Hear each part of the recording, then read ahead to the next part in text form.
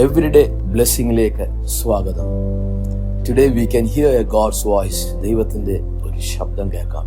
ഇത് 5ാമത്തെ സീരീസ്. 4 വരെ നമ്മൾ എടുത്തു കഴിഞ്ഞ പ്രാവശ്യം. ഇത് 5ാമത്തെ സീരീസിലേക്ക് കയറുവാണ്. ഇന്ന് നമ്മൾ ചിന്തിക്കാൻ പോകുന്നത് അടുത്ത ഒരു ആയുധം ദൈവത്തെ സ്തുതിക്കുക എന്നുള്ളതാണ്.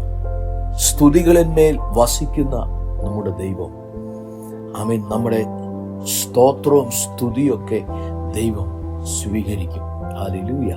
നമുക്ക് സങ്കീർത്തനം 22:23 ഒന്ന് വായിക്കാം. യഹോവ ഭക്തന്മാരെ അവനെ സ്തുതിക്കുവിൻ, യാക്കോബിന്റെ സകല സന്തതികളുമേ അവനെ മഹത്വപ്പെടുത്തുവിൻ, ഇസ്രായേലിന്റെ സർവ സന്തതികളുമേ അവനെ ഭയപ്പെടുവീൻ. യഹോവ ഭക്തന്മാരെ അവനെ സ്തുതിക്കുവീൻ. സ്തുതികളാൽ നിറയപ്പെടുന്ന ഒരു അന്തരീക്ഷത്തിനകത്താണ് നമ്മുടെ ദൈവം വസിക്കുന്നത്.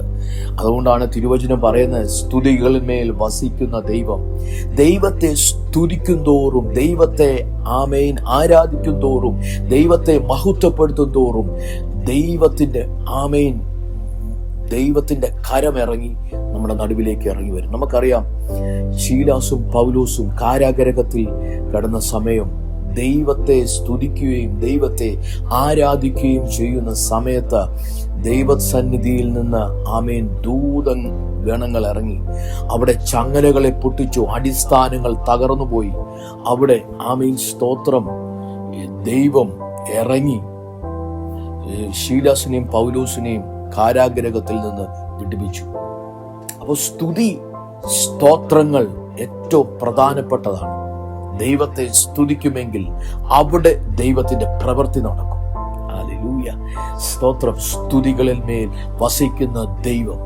ഇന്ന് പകൽക്കാലം ദൈവത്തെ സ്തുതിക്കുമെങ്കിൽ, ഇന്ന് പകൽക്കാലം നിങ്ങളുടെ വാ തുറന്ന് ആമേൻ സ്തോത്രം ദൈവത്തെ ആരാധിക്കുമെങ്കിൽ, ദൈവത്തെ മഹത്വപ്പെടുത്തുമെങ്കിൽ, യേശുവിന്റെ നാമത്തെ ഉയർത്തുമെങ്കിൽ, ഈ സ്തുതിയെന്ന മേലാട ആമേൻ ഉയർത്തുമെങ്കിൽ തീർച്ചയായിട്ടും ആ സ്തുതികളിൽ മേൽ വസിക്കുന്ന ദൈവം നമ്മുടെ നടുവിൽ അത്ഭുതങ്ങളെ പ്രവർത്തിക്കും.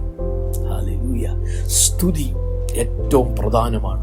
ദൈവത്തെ സ്തോത്രം ചെയ്യുന്നതും ദൈവത്തെ നന്ദി പറഞ്ഞ് യേശുവിന്റെ നാമത്തെ ഉയർത്തുന്നതും ഏറ്റവും പ്രധാനമാണ്.